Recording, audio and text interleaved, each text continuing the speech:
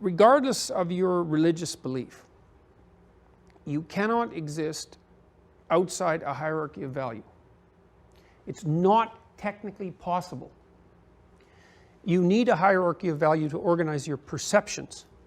And I mean this literally, I mean this neurophysiologically, in that even when you're observing the world, which as far as you're concerned merely manifests itself for your observation, you're focusing, your eyes are engaged in a series of complex movements that are controlled by unbelievably complicated neurophysiological circuits.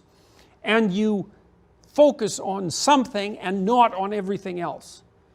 And that means that you pick something out of the almost infinitely complex realm of potential phenomena as of signal importance. And that orients your very capacity to observe the world.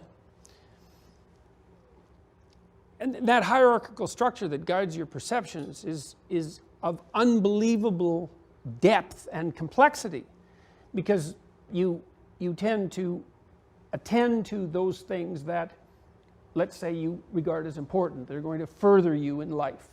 So you need a philosophy of what constitutes furtherance in life, which implies a gradient between what's undesirable and what's desirable. And that structure, that gradient of undesirable to desirable, is in fact the philosophical manifestation of the neurophysiological hierarchy that enables you to parse the world up so that it's comprehensible. And something has to be at the top of that.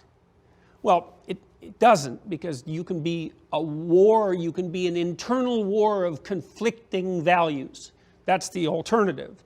But that's not psychologically acceptable. That would manifest itself in uncertainty and anxiety and directionlessness and hopelessness and nihilism, to be a house that's divided amongst itself.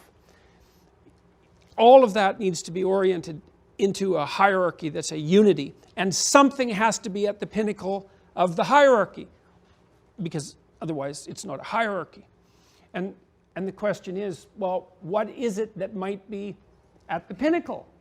And that is the question. It's the question, right? Because what's at the pinnacle is that to which all of your resources should be fundamentally devoted. And what we decided in the West over thousands of years, and I would say beginning far before Christianity, was that there was an ideal mode of being that's expressed in the idea that human beings have a spark of divinity within them, and that manifesting the personality that would be the most genuine embodiment of that spark of divinity constitutes the highest of possible goals. And you can simplify that idea. You could say, well, you have an ethical responsibility to manifest what's best in you, to manifest your potential. People speak in those terms, and to become more than you are, to become who you could be. But lurking underneath that is this idea of the ideal.